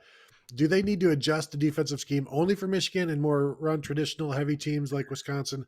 I would love Ross's input, Tom. That's something you can talk to Ross about. Yep. It's just disappointing to me that they stayed talking heavy, talking light. They stayed light in this one. And not that Craig Young is the heaviest guy, but I think he would have added some more oomph. But even then, like, are they still going to split him out and only have like 6 guys in the box against 5 offensive linemen, a running back, and a quarterback, where you're just outnumbered, and you're trying to send Ronnie Hickman up there, and either you pick the right hole or you don't, and then you're still Bryson Young is still trying to clean some stuff up. But I will be interested to see what Ross Fulton has to say as well. So look for that with his breakdowns, also with Tom on the podcast. Mm-hmm. Super chat from go ahead. Yeah, I'll have Ross on the podcast sometime middle of this week. We generally will do two episodes, one on offense, one on defense, if there's a lot to talk about. Tony, I think there's going to be a lot to talk about this week. A lot to learn, a lot to glean, a lot to certainly talk about. Super chat from Jeff Hines. Thank you, Jeff. Going to be tough to rewatch this one. I don't know that rewatching losses to Michigan is something I ever did in college. Like I mentioned before the show, so we would just go back to the apartment, drink and watch the game. But when you lose to Michigan, you don't want to go. For one, it's not safe to go back to the apartment. It's like you don't want to drink like that. You're going to go to a party. You're not going to rewatch that. You're going to throw the tape. You take that VHS tape out of the VCR. You throw it in the garbage, and you never look at it again. And that's you can go ahead and rewatch this one if you want. You're not going to like what you see in any aspect. And if you're going to look for the good stuff, you might want to go with some slow motion, and Mhm. you might see some fleeting clips of goodness in this one, at least offensively. Super chat from Lord Grimm. As a Michigan fan, it's surprising to hear fans calling for Day's job after losing once to us, as if Ohio State fan was supposed to win forever or something. SMH. And yeah, I mean, I think there's a lot of people where, a lot of people right now are annoyed. Day has not been perfect, but Day has done a very good job. And, nailing a head coaching hire is real hard. And Ohio State fans probably don't recognize that because Tressel, Meyer, Day is pretty much 3 for 3. But, there are a lot of Bill Callahans out there. There are a lot of Jim McElwains out there. There are a lot Dan of Mullen. who was the guy? Willie Taggart at Florida State. I mean, Mike Shula at Alabama. Dennis Franchione at Alabama. Mike Price at Mike Alabama. Price. Oh, it's Alabama. rolling. It's rolling. Rich Rodriguez Isn't at he Alabama. rolling, baby? I think I don't think there's anyone who is going to be, seriously. You can find people who are going to say just about anything online. Touchdown, Auburn. Now search Pete Golding's name on Twitter right now. Golding. There you go. I think you're going to have a certain percentage of any fan base that's going to be just absolutely furious after any loss. I don't think there's any person who is in any kind of remotely adjacent to any kind of power that's thinking that Ryan Day is the issue, or that Ryan Day is, the spot that they need to change right now. There are going to be changes made, and Day has shown in the past that he's willing to make them, which is one of the reasons I think he is a better head coach than people give him credit for. He's not perfect. He does some stuff strategically, and I think his play calling, sometimes he will get a little pass happy at times in big spots, but on the whole, I don't, culturally, I think Ryan Day has done a pretty darn good job building this program, recruiting. He's now lost 4 games in 3 seasons. I mean, that's and again, all And to lost like his top first 10 Big Ten caliber game teams. of his Yeah, career. just lost his first Big Ten game. I don't think you're going to find anyone, outside of you can find people saying just about anything. There is someone right now saying fire Nick Saban on Twitter. I guarantee there's someone Absolutely. saying fire Nick Saban Absolutely. because they're down I'm going to 7-0 go to look. Auburn in the second quarter. Yeah, I mean, it's just it is what it is. That is the nature of the internet right now. But yeah, I don't think there's any serious call for Ryan Day's head right now, nor should there be. Especially not with the possibility of this. Super chat from Treebuck. Tom, so you're saying there won't be a Big East co-champs, a Big Ten East co-champs banner? Of course, that would have been that's Michigan has done that before. They've got their Big Ten East co-champs trophy. Tom, From would you care to 2018. address this? Yeah, I suspect that was, Michigan got the 2018 Big Ten East Champions trophy because they shared the 2018 Big Ten East Championship with Ohio State. One of the great triumphs in Michigan history. I suspect that this one will not be the 2018 Big Ten East Championship trophy will not be exactly front and center in the OSU trophy case. Ohio State actually has a whole lobby in the Woody Hayes building with like floor to ceiling, floor to, 15, 20-foot ceiling, multiple walls lined just with bowl trophies and Big Ten championship trophies. I don't know that I've ever seen a Big Ten East Division trophy in there. I mean, it is a huge room, and I don't think I've ever seen a division trophy in there. So yeah, that's there was I heard Stephen Godfrey, who hosts one of the podcasts, one of the National College Football podcasts, was talking about how when LSU has the boot trophy against Arkansas, it's like on the secretary's desk in the football office behind a file folder or something like that. That's where the 2018 or the 2021 Big Ten East trophy will likely go in the Ohio State football office. Well, I was going to ask if you checked like any of the doors that were propped open. Were they propped open by that trophy? Maybe Yeah. they're super chat from Treasure of the Torah. Thank you very much for this. In my humble opinion, fellas, Ohio State will not win a natty under Coach Ryan Day. Kevin, you're still my big bro. Peace, family. That's a lot to put on a coach saying they'll never win a national title, but also it's a lot to put on a coach to say that they will, because this is not something that most coaches do. So the easy bet is to say that he never will.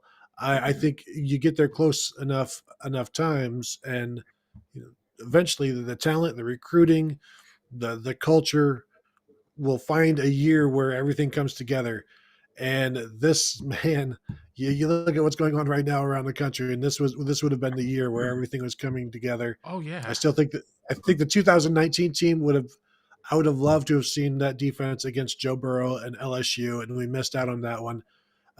So I don't know, Kevin, go ahead, and this is Yeah. directed to you. Yeah, and once again, thank you, Treasure, for your super chat contribution to the show. It means a lot to us.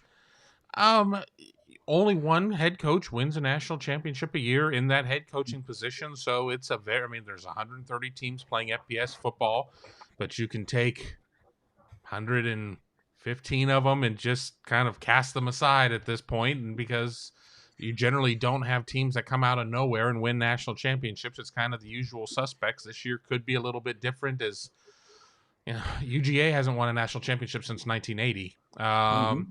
So I've not been a big Kirby Smart fan. I didn't think that he'd win a national championship, and I'm still not ready to push all in on him at this point. I don't know. I think it comes down to how does each year that Ryan Day is at Ohio State and it becomes more Ryan Day's program and less the carryover of Urban Meyer's program. How does he mold it? How does he set it up? Who are the coaches that he has? Does he learn from his lessons, or is he doomed to make the same mistakes over and over and over again? We certainly saw with Urban Meyer some of his mistakes we saw at previous stops in terms of maybe he's too loyal to certain staff members, things along those lines. If Ryan Day truly goes out there, Nick Saban gives 0 Fs. I mean, if you're not helping, then you're gone. And I'm not saying that that's you don't necessarily say that that's going to be the best culture. You don't want to have people living in fear. There certainly was a lot of pressure when Urban was at Ohio State. People always kind of looking over their shoulder because Urban was very intense. We'll just say that he was very intense. I'm not ready to say that they're going to always be the bridesmaid and never the bride under Ryan Day. I think this is going to be an incredible offseason in telling us kind of where things are. But even with that, even if he makes changes, that doesn't necessarily mean that they're the right changes. You have to see kind of how that works. So it's not an immediate thing, but I totally get where you're coming from, Treasure. But we'll see. And hopefully we're still sitting here on the channel doing this stuff years and years in advance, and we can kind of have a laugh about it and be like, hey, I was wrong for Treasure to say that, because hopefully we're hoping to win a national championship, because I enjoy those types of seasons. Well, Always the bridesmaid, never the bride, but Yeah. no job security, Tom, like being the best man. That's true. That's true. I mean, we're talking about a linebackers coach. Boy, there's a potential solution right out there for you. How many sitting coaches have won a national championship? Nick Saban, Jimbo Fisher, Dabo. Am I missing someone? Sitting college head coaches. I mean, Les Miles. Ed Orgeron until he's done. What's that? Ed Orgeron until he's done, until the season is over. Yeah, okay. Ed Orgeron until, it depends. I guess that could be a matter of hours, because I think if they lose, are they not bowl eligible? Yeah, I mean, I think, okay. So really 3, maybe 4. There are 130 coaches. Like, just being in the wedding party is pretty darn good in this case. And if you're in the wedding party and you're recruiting the way that Ohio State does, all you got to do is win 2 games at that point, and you have the horses to win 2 games. You are not going to win the national championship every year, and that's not a realistic expectation. But if you're a top 5 team and you're getting to the, you're in this college football playoff conversation after Thanksgiving, that's what it takes. And sometimes you're going to win one. I don't think that the best Ohio State team of the early 2000s necessarily won the national championship. I don't think the best Ohio State team of the 2000 teens won the national championship. And there is a certain amount of luck involved. And Alabama is still down 7-0, 4 minutes left in the second quarter, and is about to punt the ball away. This has been a weird year. This has been a very weird year. And, everyone wants to say, oh, well, Ohio State's not a top 5 team. Well, okay. Someone in there was saying Ohio State's not going to be in the top 8 after this week. Who are these 8 teams that are going to be ahead of Ohio State in the polls? Who? Name them.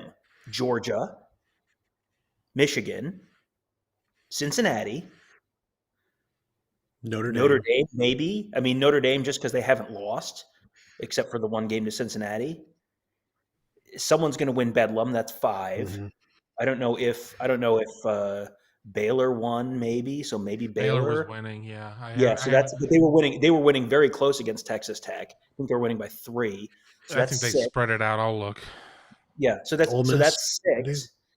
I mean, maybe Ole Miss. Ole Miss didn't look very good against Mississippi State, but okay, maybe. So there's 7. Okay. And how much I can mean, you punish Ohio State for losing right, for to what losing is going on to the be the road in the snow with. I number 3 mean, team? right. I mean, this is this is a weird year in college football, and if you can get to the college football playoff, you've got a decent chance to win it because you don't have what you had a couple of years ago where it was like LSU, Clemson, Ohio State, all were like fantastic football teams. And last year, Alabama, Ohio State, like those were fantastic football teams, even with Ohio State being shorthanded. If Alabama loses this game, it's going to be Georgia and Michigan if they win next week, and Cincinnati if they win next week, and Notre Dame or Bedlam or the Notre Big 12? Dame, Oklahoma State. Like, I mean, Yeah. Box office poison. Well, yeah, I mean, They'll like never you could have the title legitimately again in Indianapolis.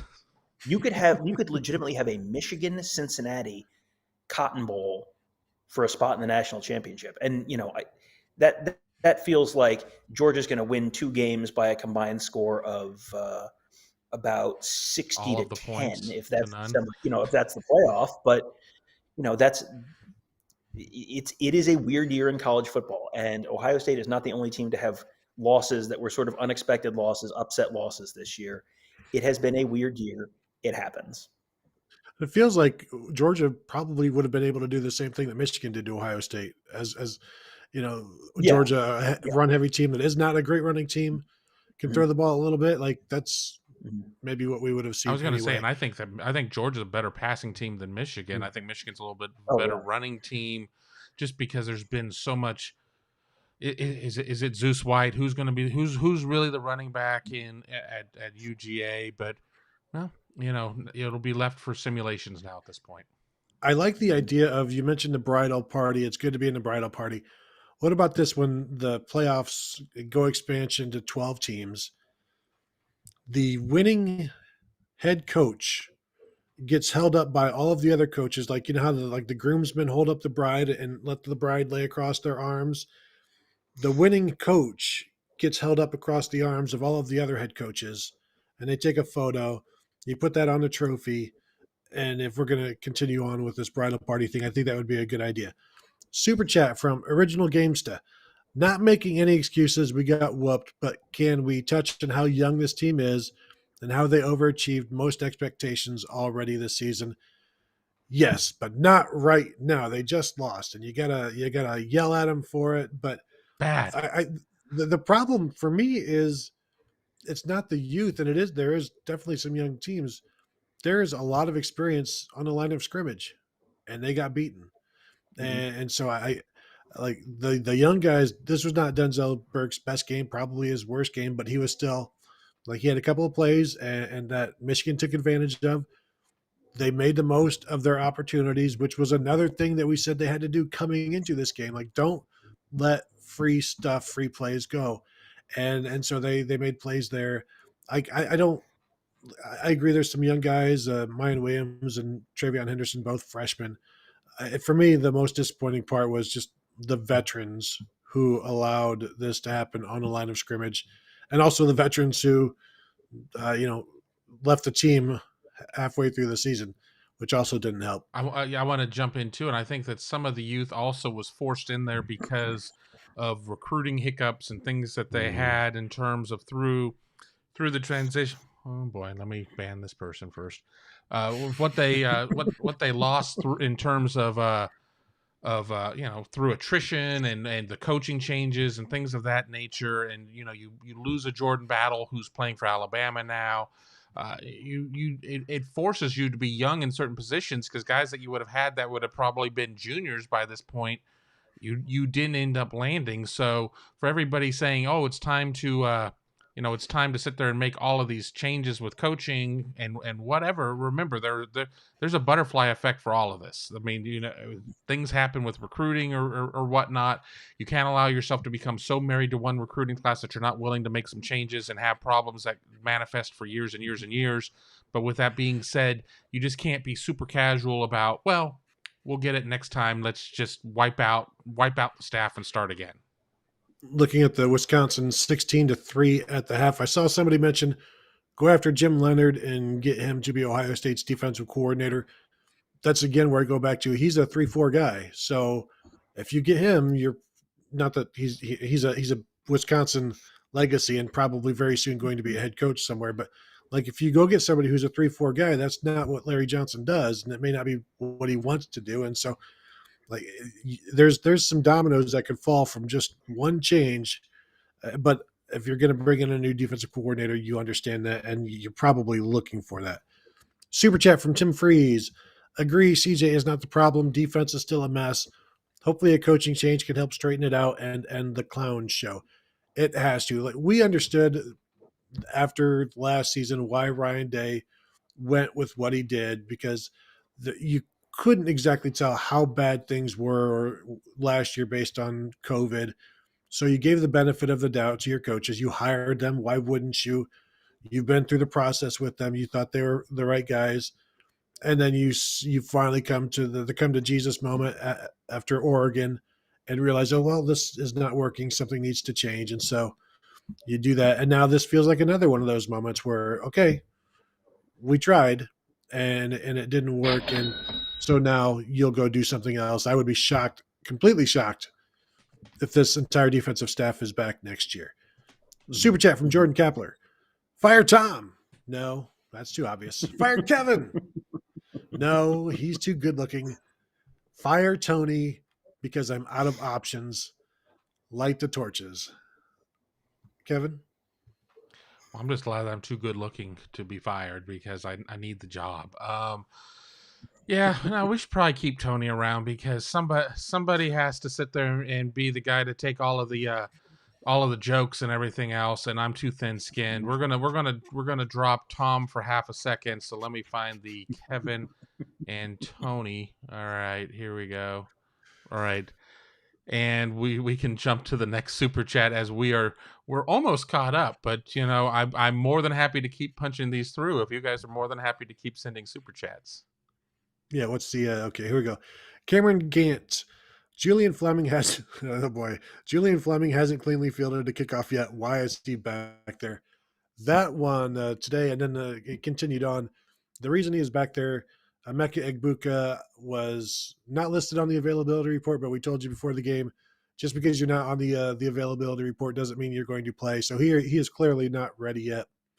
Julian Fleming is back there because he has been pestering and asking Parker Fleming, let me do this for the last month. They let him do it last week. Didn't go great. Let him do it again this week. Didn't go great. I would expect, well, they've got, 5 weeks before they play again. So they'll get that figured out, and it'll be Egbuka back there by then, or Julian Fleming will have much more practice at it. But yeah, that was, I don't know if he didn't understand the first fair catch or if he just simply misread it and thought, well, it's still a touchback, right? And it's no, definitely not. That was, gosh, Kevin, I think that was probably a very telling start at that point. The way it was an omen. It was an omen. Yeah. I think that's what you're looking for. It was not a great start to the game, and I'm gonna take us back here to the 3-shot now. It was not a great start to the game, and obviously Ohio State suffered on that point. They didn't come out and be able to start maybe with what their script would have been when you're starting inside the shadow of your own goalpost. And then, as I'm not going to replay the whole game. They, nearly were down 14-0 before you knew what happened, but Bryson Shaw makes the big play. But it certainly was not a good start. And when you you have the opportunity, you're supposed to be the aggressor, you're supposed to be the explosive team, and you waste a drive like that. That certainly is an issue, and that's I'm not putting that on Julian Fleming. It is an entire team thing, but it certainly feels like a missed opportunity when you could have been starting on the 25. Maybe you run a little bit of a perimeter throw. Maybe you try to establish the run a little bit. Lo and behold, you immediately put a charge into the crowd there because Ohio State screwed up, and it just kind of it kind of manifests from there. Well, and not only did you have the dropped kickoff there where they start on the 4-yard line or whatever, immediately the first play of the game, Luke Whippler snaps it to C.J. Stroud. Well, C.J. Stroud's not ready for it, and like that was the start where, I mean, remember the 2019 game where J.K. Dobbins gets the ball in the handoff and fumbles it, he drops it, it hits the ground, it bounces straight up to him like he was dribbling a basketball, and he just takes off down the field, and it was like, oh, okay, it's gonna be one of those days for Ohio State. The first two plays to be like that, Michigan goes down the field and scores, and then you have that happen on a kickoff, and then that happens on the first play from scrimmage. Like it was like, oh man, like is it gonna be that kind of day for Ohio State? And it kind of was. The Michael White says here in the chat, Tony, don't blame those who left the team early. The blame for the loss goes to coaching and current defensive players. Props to Bryce in his best game yet. Yeah, no, I'm just saying that you could have used more linebackers. Definitely the blame is not on those who weren't playing. Certainly more blame to those who did play, but also credit to Michigan for just doing what they set out to do. They were the only team that did that. And I go back to the first drive for Ohio State. They're going to come out. They're going to set the tone. They're down one. They maybe didn't feel like they ran the ball enough in the first half. They're going to run it in the second half. 3 and out. And then you give the ball back to Michigan, and it's like, that's okay. All we have to do is stop them. And then Michigan, I think, 3 plays, 81 yards, all on the ground. And it's Michigan did what Ohio State thought they were going to do. Mm-hmm. And Michigan just kept doing it. And Ohio State was powerless to stop them, as powerless as we've seen them.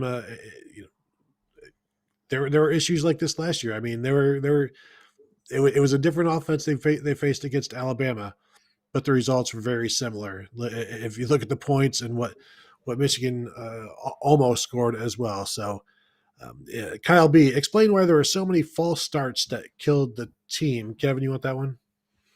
If I had an answer, I would tell you, Kyle B. It just was a rough game. It was very loud in there.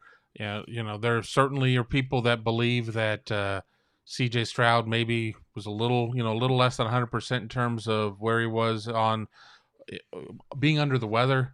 You don't know. I mean, there were some times where maybe he looked a little indecisive coming up to the line, or maybe the play was a little slow to get in.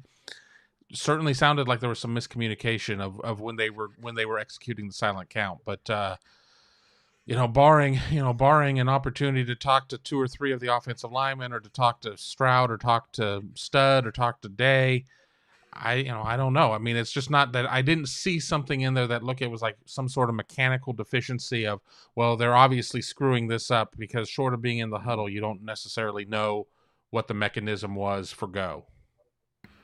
And the other piece of that is when you are getting beat on your offensive line by a pass rush, sometimes you feel like you got to get, I can't wait an extra half second. I have to go the split second that the count is coming. So if it's, you're anticipating the clap is going to come, and it's going to come at a certain point, you're anticipating that. And if it doesn't come exactly when you're anticipating, or if you just anticipated a little too quickly, you move. And I think that's an issue as well. I mean, the noise was certainly an issue, but the fact that it was tackles constantly, and those were the tackles who were facing Aiden Hutchinson and David Ajabo, and Aiden Hutchinson was kind of eating their lunch on and off throughout the day. Like that I think plays into it as well. That's, a pass rush can impact the game in ways other than just the sacks. And I think that was a little bit of the pass rush impacting the game in that way as well. Market X, so many false starts, rocks and bottles, like typical outhouse. Don't know if COVID and not playing in more of these environments hurt this team. I think that's interesting. Last year, there were no environments like this. This year, they played at Minnesota, 50,000. And then they played Nebraska, which is 80-some thousand. And Michigan is not a loud place. As I said, this is the loudest I've ever heard it. It was consistent. It was throughout. The unfortunate thing for the Buckeyes is that first drive started in the end zone where it's the loudest, and so you had some issues there. But yeah, it's the noise, it's the defensive ends, but also even the receivers were having issues Mhm. with false starts, and so that was a disappointing thing as well because that all is you should that shouldn't be happening. But again, I they could have had no false starts and still lose this by 2 touchdowns, in Mhm. my opinion, based on the Ohio State defense's performance against the Michigan running game and overall offensive line. Any questions? Are we all caught up on We super are caught chats? up on super chats. I am getting into something because I didn't punch it up on the chat, but people, still some people being critical of CJ Stroud. That's fine. That's your opinion. But Bryce Young at the half, I have him at 6 of 16 for 70 yards, completing Mhm. 38% of his passes, rating of 74.3. Alabama as a team has 68 total yards, unless broadcast is like way off. But No, that's what I've they got. have no, yeah, they have 14 carries for -2 yards, and that includes a 12-yard run for Brian Robinson right before the half. That was kind of a garbage time run. So really, they take that out. It was 13 for -14 yards for Alabama against Auburn. And TJ Finley, who LSU didn't want, who is Auburn's backup quarterback because Bo Nix isn't playing, 10 of 16, 98 yards and a touchdown. I mean, both teams, the two teams combined, 32 rushes for -5 yards in the first half. Now that's sacks are in there too, but Alabama 2.3 yards per play in the first half. Well, the teams are combined for a -5 yards of rushing, with Alabama at -2 and Auburn at -3. So it's been Mhm. it's been something. I wanted to jump in on this Caleb question here really quick, and I plan on talking about this more on Big Me Kickoff on Monday. But one game isn't generally going to impact much of anything. Two games aren't going to impact much of anything because you've got to look at this a couple of ways. There are guys that are going to say there's an immediate path to the field for me. I can sit the. I mean, if you're a safety right now, if you're Zion Branch, Xavier can walk by you. Like, well, I mean, I could probably move myself up that depth chart immediately because I'm seeing this.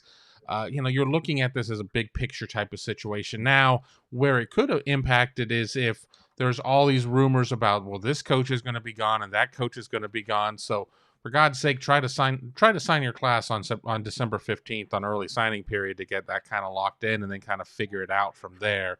Um, Ultimately, recruits want some stability. They want stability in terms of what the coaching is and things of that nature. Nobody wants to be that kid that plays for 3 different position coaches along the way. So it's not something to where I'm going to say that some kid was like, oh, I was just about to pull the trigger, and because I saw that effort, I'm out of here. Ohio State and Michigan aren't recruiting the same guys, so there's not going to be some kid that's just going to flip based on that. And I don't think there's going to be a kid that's suddenly going to say, well, I'm going to UGA now based on that. But again, I'll talk about that a little bit more as another super chats come in.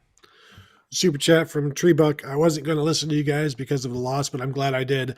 Have a good night. Thank you for the super chat. Thank you for joining us. We're here for you guys. We're not We're here for cheaper than us. therapy.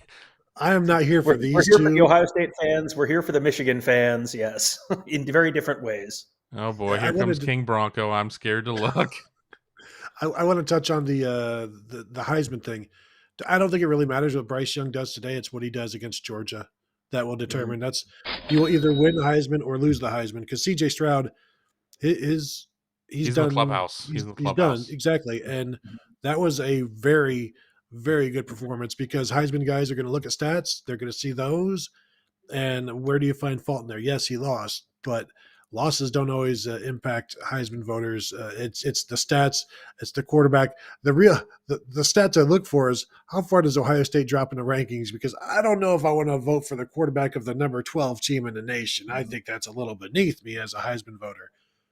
Super chat. Oh, go ahead, Tom. Yeah, no, I mean, and we talked about this earlier. I don't think Ohio State drops. I think if 8 is the absolute floor for where Ohio State would drop, and if Alabama loses, if there's Oregon or Oklahoma and Oklahoma State are going to play later. I mean, there's a lot of teams. I don't think Ohio State's falling anywhere close to 12, and there is a scenario where Ohio State is still in the college football playoff picture. I just you had need. somebody send it to me. Yeah. Yeah, you need. I mean, I could walk through it in my head if we want to, but I feel like that's a show for later in the week. And we'll see what happens. Like if Alabama loses this game, like okay, that probably helps, but that goes back to 1998, which remember Ohio State lost in 1998, and they needed like 3 different things to happen on championship game weekend, and 2 of them did, and the third one almost did. That's kind of what that takes me back to. We should talk later in a minute. We'll do the super chat first, but we should talk also about which past Ohio State Michigan game did this remind you of? Because I've seen a lot of people saying 1995, and I don't think that's actually the answer. But here's one from King Bronco: Ryan Day equals Lincoln Riley of the Big Ten. Please discuss. I mean, Ryan Day has won a college football playoff game, so I'm not sure that's a perfect example. I've also seen people mention Ryan Day and Larry Coker, Ryan Day and Mark Helfrich over this past season and even last year, which I disagree with. I think this is now his 3rd year, and things are still going. I mean, you didn't win the Big Ten 1 of your 3 years. You are, now you are Lincoln Riley. Lincoln Riley's going to make. I think Lincoln Riley's going to be okay. I think he's a pretty good head coach. And don't be surprised if he goes to LSU and ends up winning a national championship at some point, because that's what head coaches do at LSU somehow. Super chat from Ethan Ralston. Was it just me, or did it look like the Ohio State defense was spread out and didn't crowd the line, like we didn't know Michigan was going to run the ball? Exactly. Yeah, they were outnumbered so often in that one, Kevin. That's why I kept saying, get Craig Young in there, force him to throw the ball. Just there were not enough guys in the box, and they were outnumbered. It didn't look like they had a gap covered a lot of times, which was very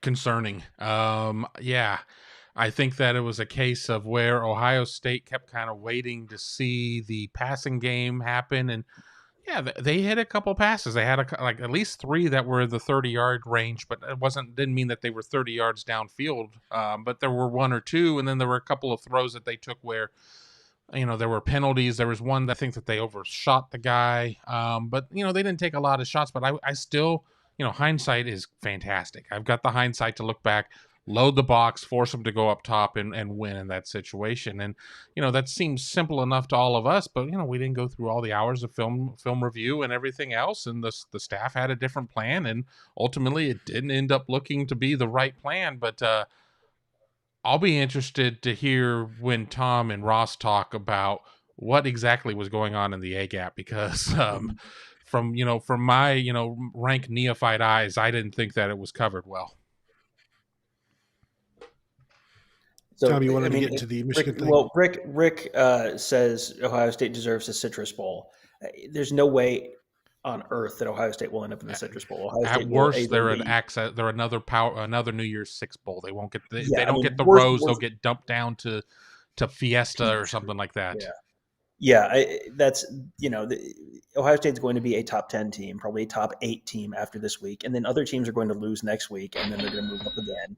They're going to be probably in the spot where you're guaranteed to be a New Year's Six team, ranked high enough for that, and no New Year's Six bowl is going to pass up a chance to have Ohio State fans come. Like that is just, and yes, Ohio State fans are probably disappointed right now, but Ohio State fans travel real well, and Ohio State fans didn't get to travel for the bowl game last year, so Ohio State fans are going to go wherever the team goes. So there's no possible way.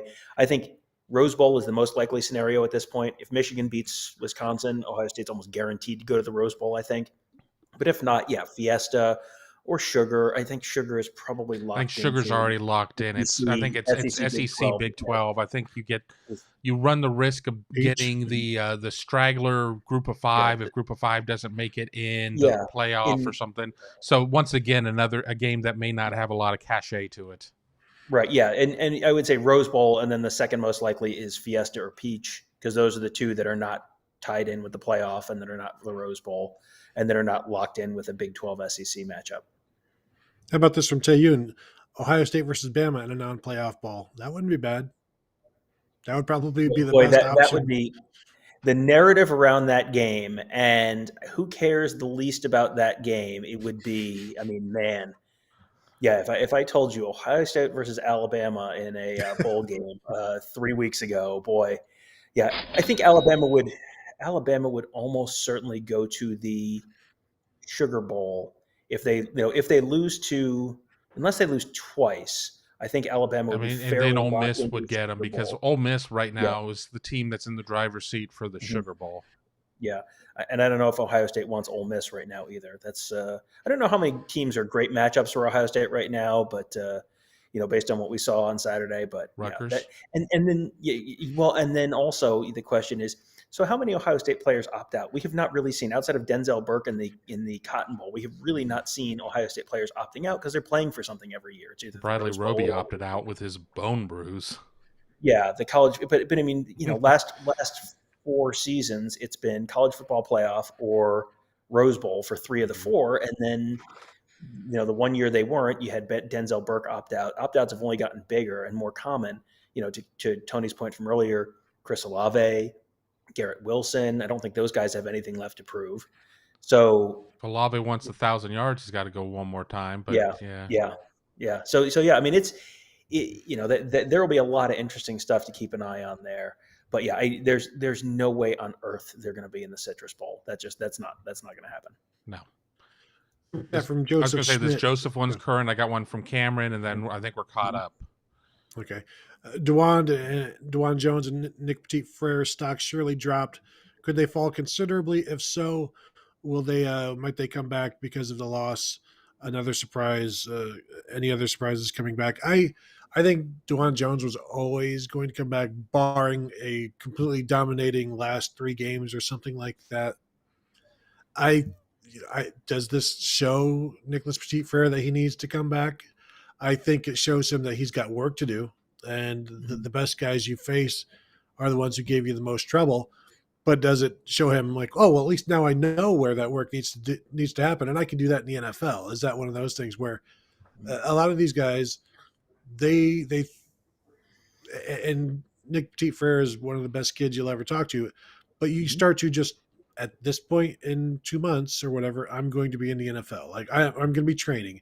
They already move on mentally in terms of like they all have their plans, and these guys are regimented from the time before they ever get to Ohio State, and then they continue putting these blocks of time and this regiment together, and then right now I'm sure these guys are thinking, or at least in Nick Petit Frere is thinking the NFL, and now can you rethink that and come out of that mindset?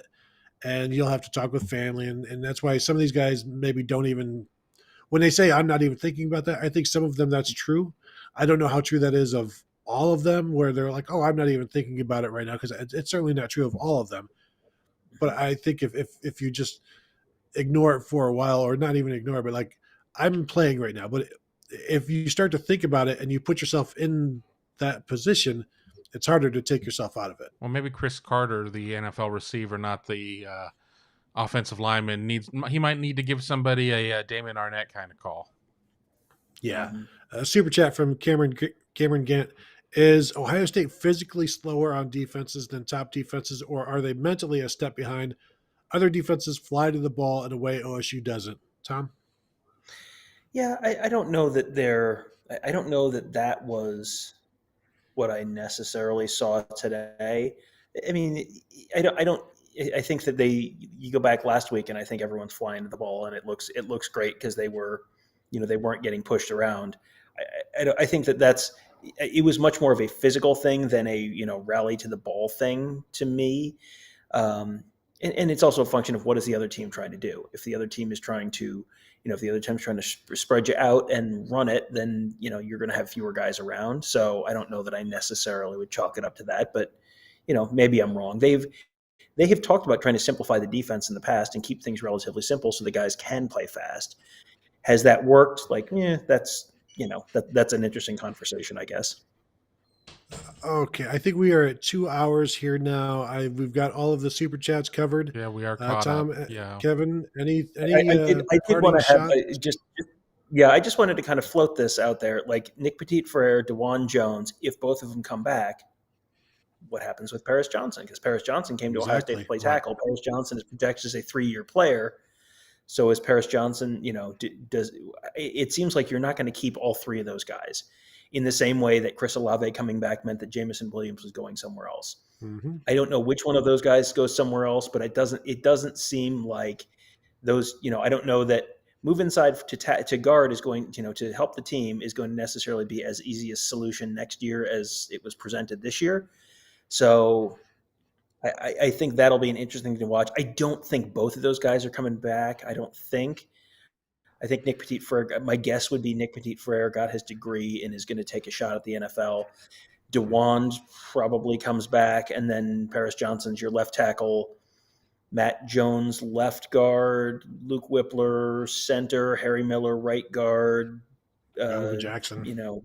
Donovan Jackson in there maybe if someone else transfers or whatever. And then DeWan Jones, right tackle. That would be my guess right now, but there's a lot of moving parts involved in that.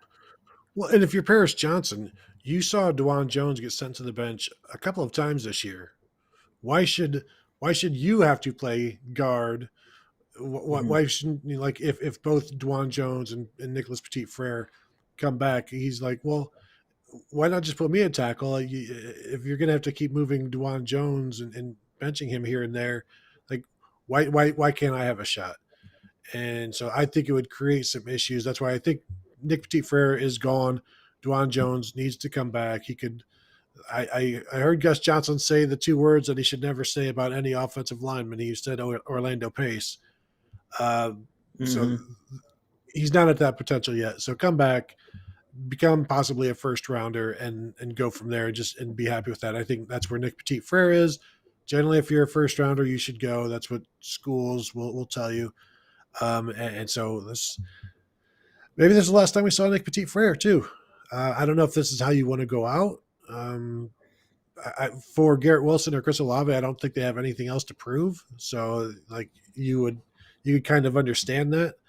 But for Nick Petit-Frere if this is the last game he plays as a Buckeye, I think he could have put a better product or a better last bit of resume tape out there for scouts. Sorry. Anything else? Following at the Auburn game is Bryce Young just ran himself into a sack. So Heisman. Inside the 5. Yep. Heisman. But again, we'll find out after during that Georgia game whether C.J. Stroud is going to win the Heisman this year. And based on how Bryce Young has played today and what we would expect to see next week as we watch Brian Robinson writhe on the field in pain about an ankle, maybe C.J. Stroud won the Heisman today. So that how does this game does this help or hurt recruiting? Maybe it helped a little with the quarterbacks. Right. Super chat from Will Zirk. This was as ridiculous as the Hurricane defeating the Rock. Did college football just show us it's entertainment only? It's the only rational thought. Tom, the fix is in. Yeah, I think that's probably less likely than the case that, there's a couple really good teams this year and a couple teams in the level below them and a lot of just kind of okay teams. No, Tony says no. Montreal screw job. What do you think? This is Vince screwed McMahon. Completely. Ohio State did not screw Ohio State. Vince McMahon is completely out of touch with modern college football. He has gone too far. Yes, this is just a big bunch of crookedness, and you hate to see so many people involved in it. The players, the coaches, they all just lying to America like this. It's a dang shame. But here we are talking about it, so I guess we are all part of the plot, which, you know what? I'm okay with that. As long as we have something to talk about. I think that is going to be it. I will talk slowly until another super chat comes in, but we are all this has been a couple of hours. Hopefully you got some stuff off your mind, got some stuff off your chest in the chat as well. Thanks to so many of you for joining us. We know it probably wasn't easy for you. This has been a long day for you, so we don't want to keep you any longer. Thank you all for the contributions, super chat, otherwise, the questions, the interactions all throughout the chats. Thank you guys, and we will talk to you later.